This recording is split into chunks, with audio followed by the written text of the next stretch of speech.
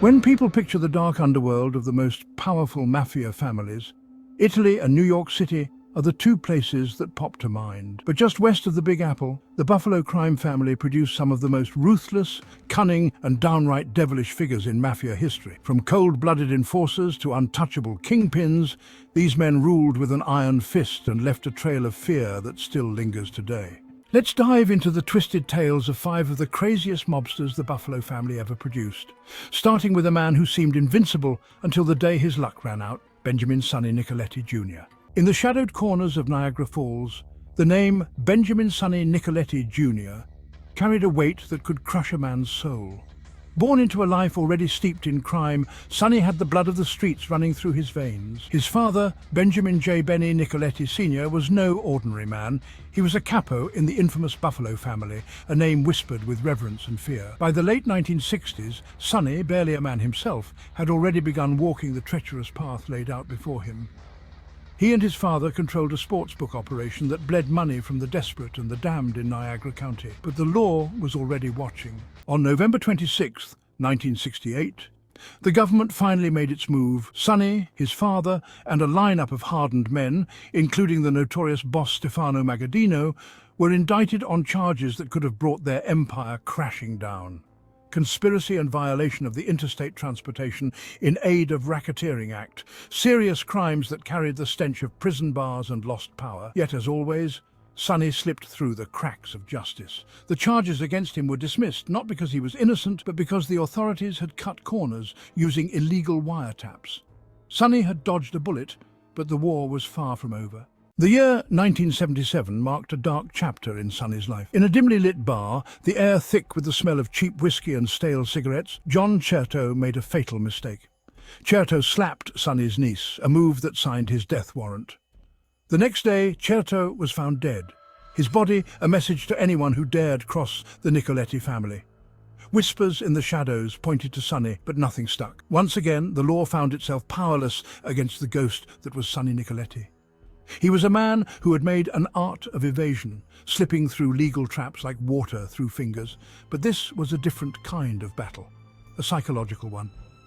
The murder of Certo left a mark on Sonny's soul, a crack in the armor that had once seemed impenetrable. His father's death in 1982 only deepened the fissure, leaving Sonny as the new head of the family's operations, a title he had both craved and feared. In 1992, Sonny faced another challenge. Indicted alongside a rogues gallery of mobsters, Sonny was accused of controlling an illegal gambling empire that stretched back to the 1970s. The feds thought they had him cornered this time, but Sonny, ever the survivor, played the game with expert precision. He pled guilty to running the multi-million-dollar operation, forfeiting $250,000 and serving a mere year in prison. It was a slap on the wrist, a joke in the underworld. Sonny had become the Teflon Don of Niagara Falls, a man who could do no wrong in the eyes of the law, not because he was innocent, but because he was untouchable.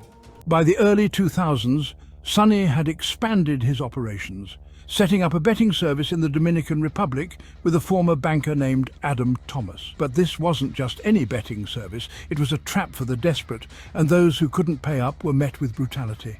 Thugs sent by Sonny and Thomas would visit the homes of debtors, their presence a promise of pain. The operation was ruthless, and it made Sonny richer than ever.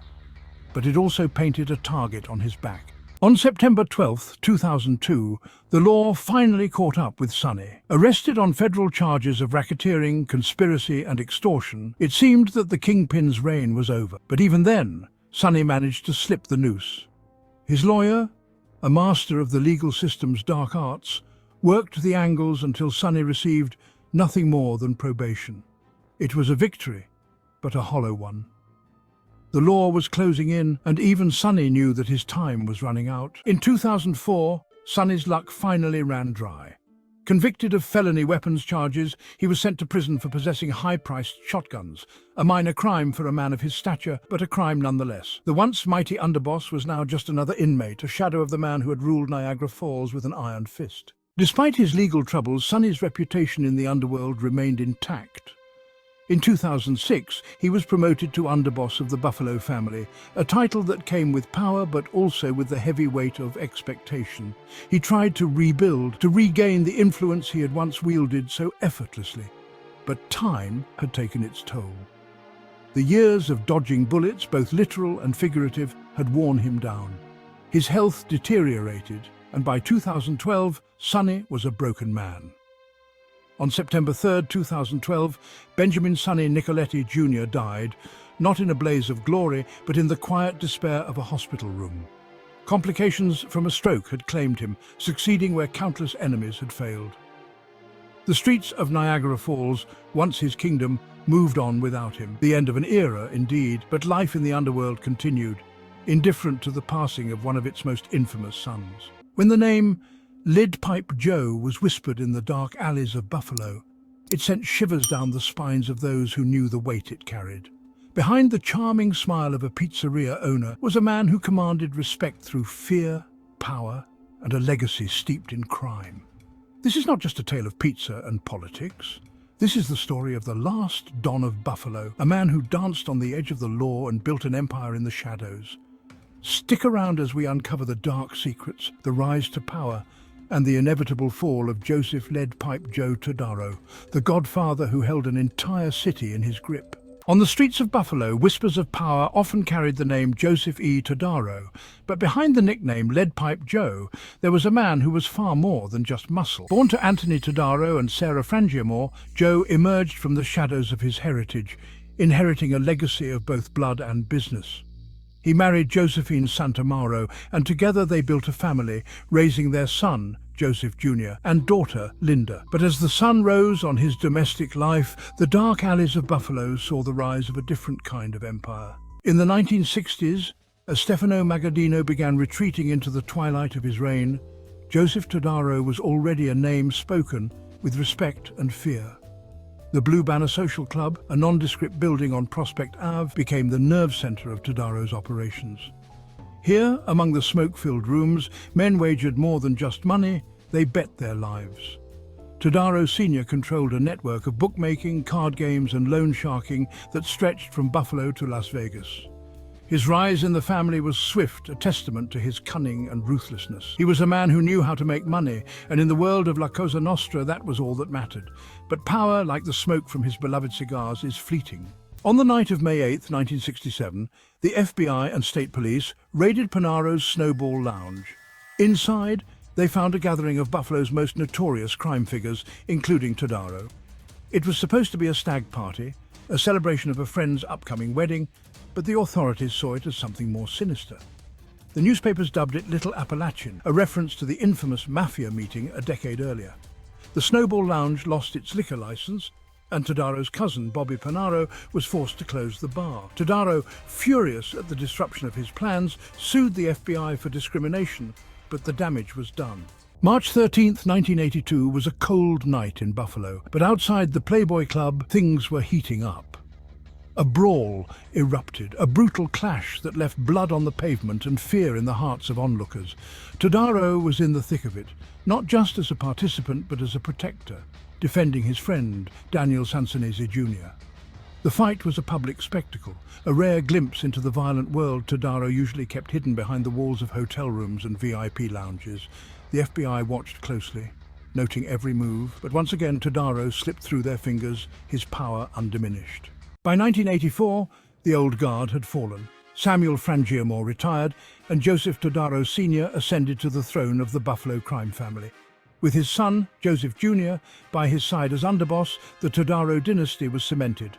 Together they controlled the family with ruthless ambition, expanding their influence over labor unions and narcotics trafficking. The FBI tried to bring them down, accusing them of tax evasion, but the charges couldn't stick. Todaro walked out of court a free man, his power seemingly unassailable.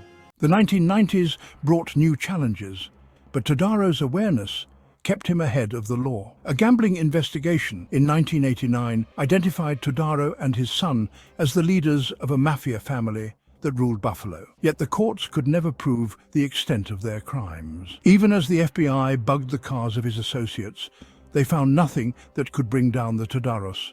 But power has a way of breeding problems. The late 1990s saw the Todaros embroiled in a civil racketeering lawsuit accused of controlling Local 210 through decades of corruption. The lawsuit, fueled by the testimony of an FBI informant, threatened to bring down the entire Todaro empire. The charges were serious, but once again, the Todaros emerged unscathed. The courts couldn't convict, and Joseph Todaro Sr. continued to rule, his influence over Buffalo as strong as ever. In 2004, the past came back to haunt Todaro. The unsolved 1965 murder of Charles Jarras resurfaced, and Todaro was named a person of interest. The investigation went nowhere, but the shadow of suspicion lingered. By 2006, Todaro had retired, passing the torch to his son. Yet even in retirement, his name commanded respect and fear. He had lived a life of crime, with the law never able to catch him. Joseph E. Todaro Sr. died on December 26, 2012, at the age of 89. His death marked the end of an era, the final chapter in the story of Buffalo's most powerful mafia boss. He had built an empire on fear and violence, but in the end he was remembered as a businessman, a family man, and a philanthropist. The legacy he left behind was one of contradictions, a man who had lived in the shadows but died in the light. The death of Joe Todaro at 89 marked the closing of a chapter in the long, bloody history of the Magaddino Crime family. Known as the Arm, this organization had been a thorn in the side of law enforcement for decades. Todaro, the last official Don of Buffalo, had managed to evade conviction throughout his life, a testament to his cunning and the loyalty of those around him.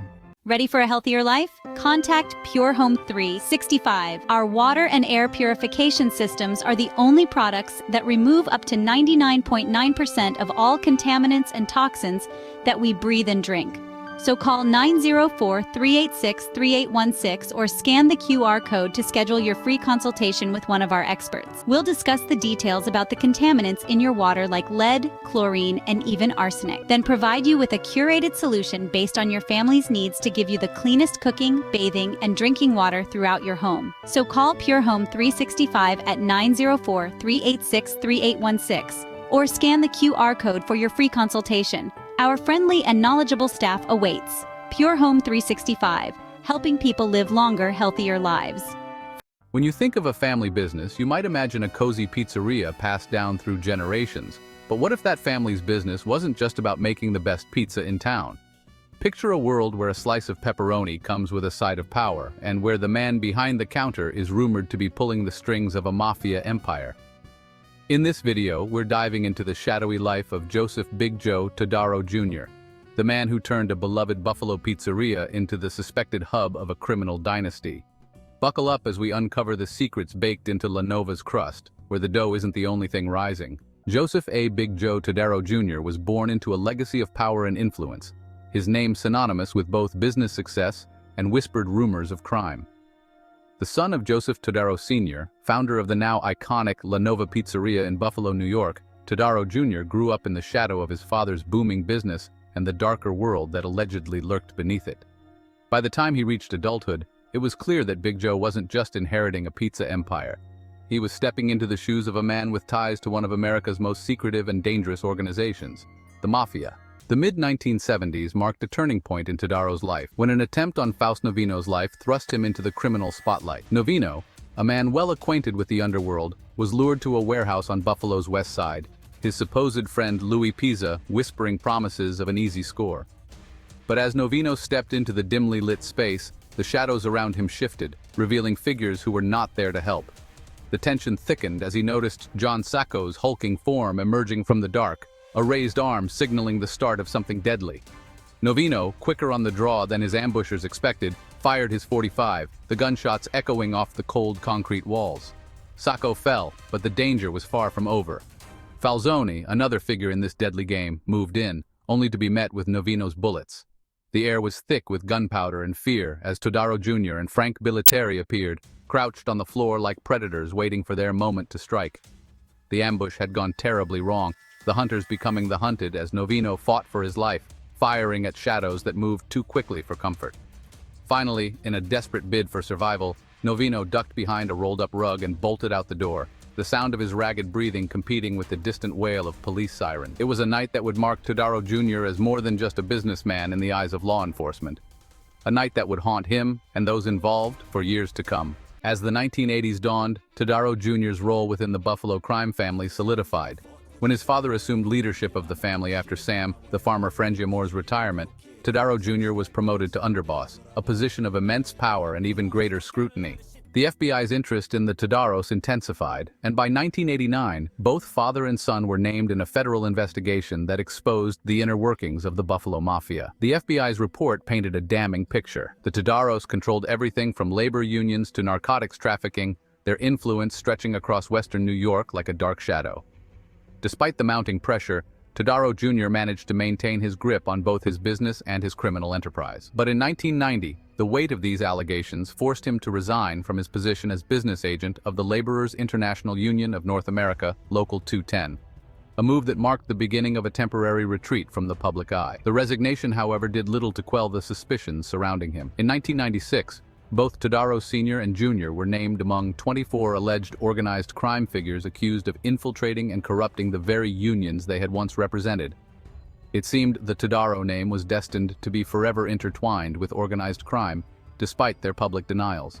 The 1999 civil racketeering lawsuit was a crescendo in the Todaro saga, with both father and son accused of using their positions within Local 210 to further their criminal activities. The charges, based on the testimony of former FBI informant Ronald M. Fino, threatened to dismantle the empire the Todaros had spent decades building. Yet they survived once again, their influence seemingly undiminished as the new millennium dawned. By 2006, Todaro Jr. had officially taken over as boss of the Buffalo crime family, following his father's retirement. But his ascension to power was not without its own challenges. The death of his father in 2012 and the passing of Leonard Falzone in 2016 marked the end of an era but not the end of the Todaro legacy. Even as federal investigations and wiretaps attempted to unravel the complex web of criminal activity surrounding him, Big Joe continued to deny any involvement in organized crime. The wiretaps, however, told a different story. In 2017, recordings from a meeting in Florida revealed that Todaro Jr. had promoted Domenico Violi, a member of the Lupino crime family, to the position of underboss within the Buffalo Mafia, a move so unprecedented that Todaro had to consult with the Commission, the governing body of the American Mafia, to gain approval. The revelation of this meeting was a stark reminder that the Todaros were still very much in control, their influence extending beyond borders and into the highest echelons of criminal power. Yet as La Nova Pizzeria's popularity grew, so did the scrutiny surrounding the Todaros. The FBI, the Department of Justice, and even local law enforcement kept a watchful eye on the family, waiting for the moment when their carefully constructed facade would crack. But Todaro, ever the master of omerta, remained silent, his denials echoing in the void left by those who had fallen before him. In a 2023 interview, he once again denied any involvement in organized crime, a claim that felt as hollow as it was familiar. The rise and fall of Joseph A. Big Joe Todaro Jr. is a story of power, corruption, and survival, a tale where the lines between legitimate business and criminal enterprise blur until they are indistinguishable. It is a story that continues to unfold, each chapter more shadowy and complex than the last, leaving those who dare to look too closely questioning what is real and what is merely part of the legend that is the Todaro family. As a successful entrepreneur and political powerhouse, becoming the face of the Mafia is a dangerous game. It's an ethereal adventure playing the law against itself to further the family's dynasty. Tonight, we delve into the rise and ruin of John Montana, a man who wore the mask of a respected civic leader by day and pulled the strings of the Mafia by night. But when the house of cards he built came crashing down, it wasn't just his empire that shattered. It was the illusion of untouchability that shielded him from the law. Let's uncover the secrets that led to the downfall of one of Buffalo's most notorious underbosses. Giovanni Montana's life was a labyrinth of ambition, power, and secrets. Born in Montedoro, Sicily in 1893, Montana arrived in Buffalo as a mere teenager, but his journey was anything but ordinary. At 13, he began hustling as a messenger for a West Side candy shop, his sharp mind already sensing the opportunities that lay hidden in the city's shadows. Alongside his brothers, Montana's first taste of entrepreneurship came as they pushed a humble popcorn cart through Buffalo's bustling Little Italy. As the years passed, Buffalo became a hub of mafia activity under the iron rule of Don Stefano Magaddino, who saw potential in the young Montana. By the time Montana's nephew married into Magaddino's family, the two men's fates were intertwined. Montana, however, was no ordinary mafioso. He was cunning, a chameleon who wore the mask of a respectable businessman while lurking in the shadows as one of Buffalo's most powerful crime figures. In 1922, Montana made his first major move by forming the Buffalo Taxi Company, stepping into the city's lucrative transportation industry. He didn't stop there. A few years later, he merged with the Yellow Cab Company, consolidating power and eliminating competition. But Montana's ambitions were not limited to business. He set his sights on politics. With the backing of influential Italians and prominent Buffalonians, Montana was elected to the city's Common Council in 1927, where he quickly became a force to be reckoned with. As the chairman of the Housing and Slum Clearance Committee, Montana ensured his mafia associates had a say in who lived where and what areas would be rebuilt. He also chaired the Labor Relations and Compensation Committee, giving the mafia a foothold in the city's unions. But Montana's dual life was a balancing act. He was a trusted advisor to both the mafia's Kingpin and the mayor, who had his own skeletons in the closet, including a raid for booze during Prohibition. As Montana's presence increased, he used his political influence to secure a lucrative contract for furnishing Buffalo's first public buses. This move not only lined his pockets but also solidified his position as a key player in the city's transportation and construction boom. Montana's taxis were given exclusive rights at the new Central Terminal Station, a deal that saw Buffalo police ticketing and towing any rival cabs that dared to pick up passengers. But no empire stands forever. Montana's involvement in a major business deal in 1929, where he merged his cabs with Fred Van Dyke's company, painted a target on his back. The whispers of corruption grew louder, with accusations that Montana's cabs were being used to transport illegal goods during Prohibition. While he managed to avoid any direct link to the alcohol trade, the stain on his reputation began to spread. During the late 1920s and early 1930s, Montana climbed through the ranks of the family. He attended a critical Mafia summit in Chicago, where the future of organized crime in America was reshaped. Montana, the number 3 man in Buffalo's Mafia, watched as the Castellamarise family, led by Stefano Magaddino, solidified their power. His clout was so immense that he allegedly had the power to stop a train, impressing even the most hardened mafia figures. In November 1957, before any resolution could be reached, state police raided Barbara's ranch in Appalachian, New York, uncovering one of the most significant mafia meetings in history. Mobsters from across the country were caught off guard, scrambling to escape the sudden police presence. Many were apprehended at roadblocks, while others, dressed in expensive suits, bolted through the woods, their polished shoes sinking into the muddy ground. Among them was Buffalo Captain Jimmy LaDuca, who was caught in the underbrush and offered a feeble excuse to the authorities. He was chasing a deer. But the real shock came when John Montana, impeccably dressed, was found straddling a barbed wire fence, a first in his otherwise untouchable career. For the first time, the public saw Montana's true colors. The newspapers were ablaze with the story, and the authorities could no longer deny the existence of a nationwide organized crime syndicate. Montana, the once untouchable civic leader, was now in the spotlight for all the wrong reasons. Initially, he tried to downplay his involvement, claiming that he had simply stumbled upon a party while dealing with car trouble.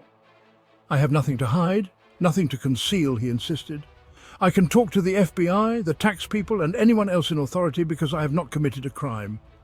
But his calm facade began to crack under pressure. A month later, Montana was subjected to a grueling 2-hour interrogation by a legislative committee investigating the Mafia summit. His story of car trouble grew more elaborate.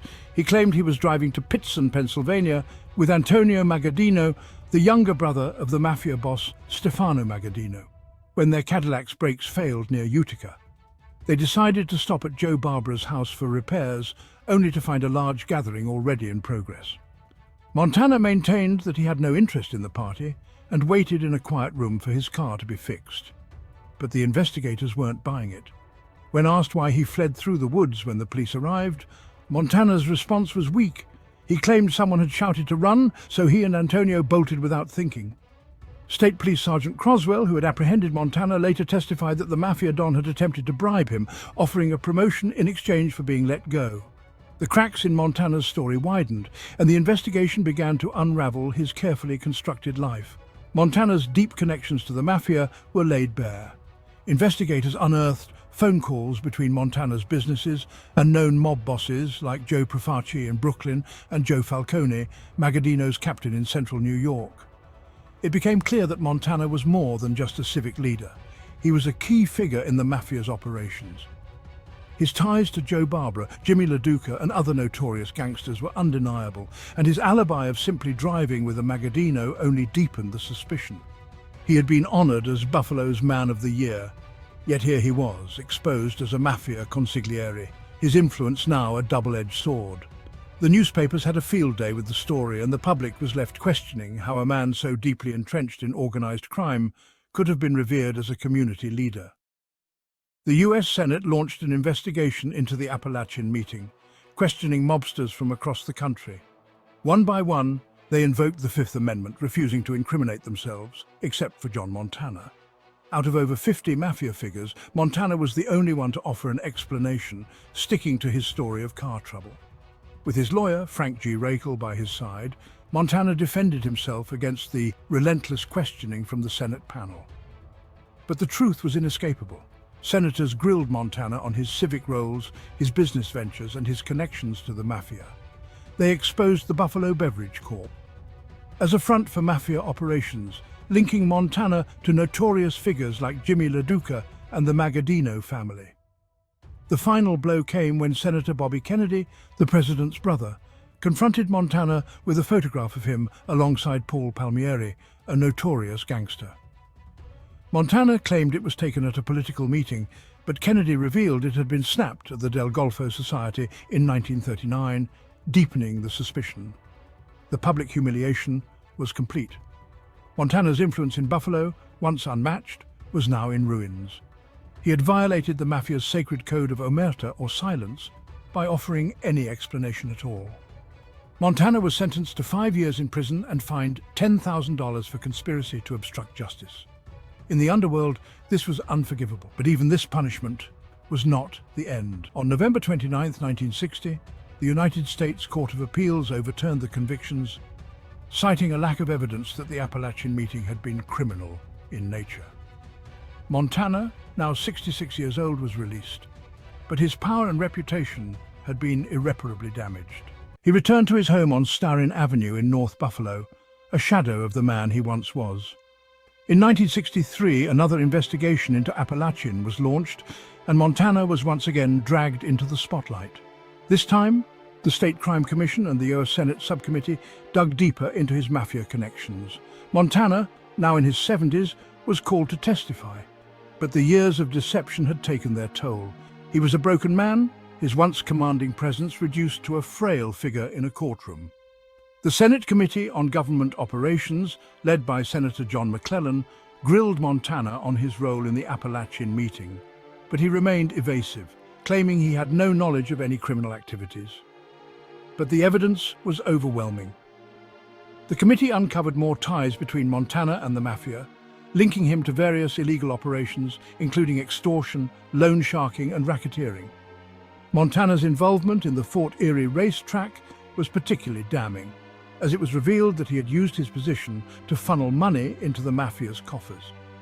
The final nail in the coffin came when the committee exposed Montana's connections to the infamous Genovese crime family, one of the most powerful Mafia organizations in the country.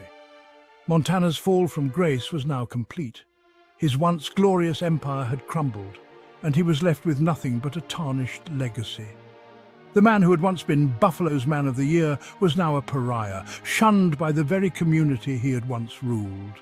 Montana spent his final years in seclusion, a shadow of the man who had once commanded the respect of politicians, businessmen, and mobsters alike. John Montana died on March 18, 1964, at the age of 74. He was buried in Forest Lawn Cemetery, his grave marked by a simple stone. In death, as in life, Montana remained a controversial figure, a man who had risen to the heights of power only to be brought down by his own hubris. The story of John Montana is a cautionary tale of ambition, greed, and the price of power. It is a story that serves as a reminder that even the most powerful can fall, and that in the end, the truth will always come to light. When it comes to the Mafia, power is earned through blood, betrayal, and a tight grip on fear. Few understood this better than Stefano Magaddino. A man whose rise from the dusty streets of Sicily to the dark underbelly of America's criminal empire is a tale soaked in vengeance. But every kingpin's reign eventually meets its end, sometimes with a bang, but also with the slow, inevitable decay of trust and loyalty. Today we delve into the dark deeds of Don Stefano, aka The Undertaker, and uncover how the man who ruled with an iron fist saw his empire crumble from within. Stefano Magaddino's story began on a chilly October morning in 1891 in the ancient Sicilian town of Castellammare del Golfo. Born into a world where power was held by those willing to spill blood, Magaddino's fate was set long before his first breath. The third of 8 children, his early years were steeped in the simmering tensions of a brutal mafia feud. His family, tied to the Bonanno clan, was locked in a relentless battle with the Buccellato Mafia, a rivalry that would shape the course of his life. By the time Magaddino reached his teenage years, the feud had claimed the lives of his uncles, Stefano and Giuseppe, both murdered on orders from the Buccellatos. The bloodshed demanded vengeance, and it was Salvatore Bonanno, the youngest of the brothers and father to the future crime boss Joseph Bonanno, who answered the call. In a bloody retribution, Salvatore struck down several members of the Buccellato clan, marking the beginning of a legacy of violence that would follow the family across the Atlantic. In 1902, Magaddino, barely a man, arrived in New York, his heart hardened by the deaths that had ravaged his family.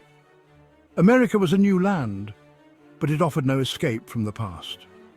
Magaddino quickly rose through the ranks of the Castellammare clan, a shadowy figure moving with quiet menace through the streets of Brooklyn. By his side was Carmela, the woman who would bear him 4 children, each destined to walk the same dark path as their father. The rise of Magaddino's empire began with the blood of his enemies. In March 1917, he orchestrated the assassination of Felice Buccellato, a brutal revenge for the blood spilled years earlier.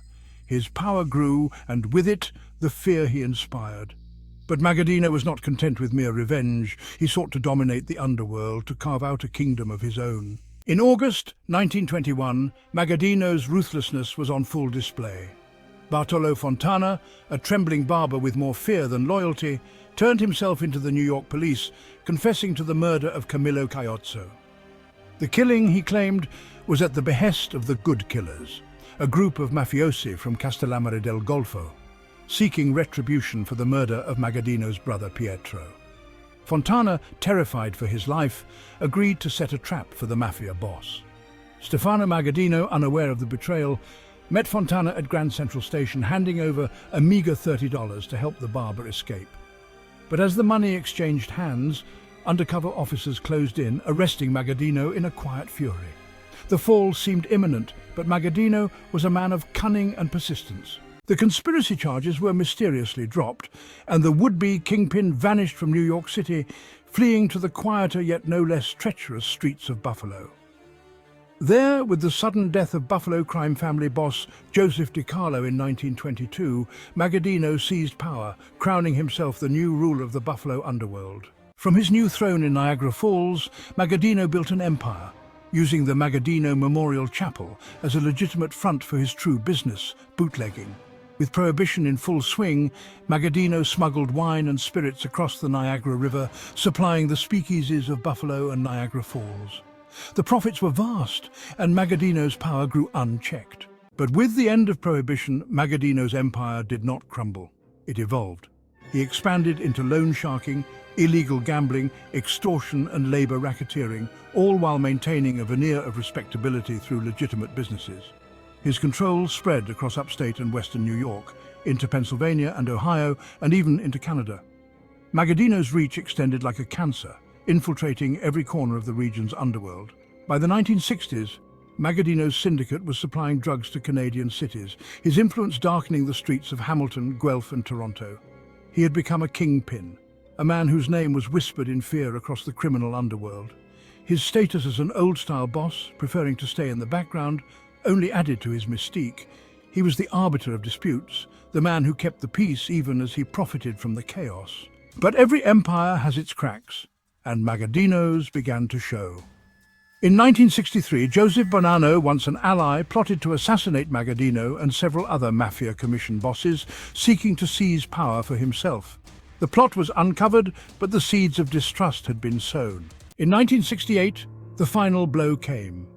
Police raided Magaddino's funeral home and his son's attic, uncovering $500,000 stashed away. The discovery enraged his underlings, who had been told there was no money for Christmas bonuses. The illusion of Magaddino's loyalty to the family shattered. His empire began to crumble. With the heat from the police and his own family turning their backs, Stefano was forced to remove himself from the throne. Stefano Magaddino, the man who became one of the most powerful mafia bosses in American history, died of a heart attack on July 19, 1974, at the age of 82. His funeral, held at St. Joseph's Catholic Church, was a quiet affair, far removed from the power and fear that had once defined his life. He was buried in St. Joseph's Cemetery, his body laid to rest in the cold earth, while his legacy of violence and betrayal lingered in the shadows.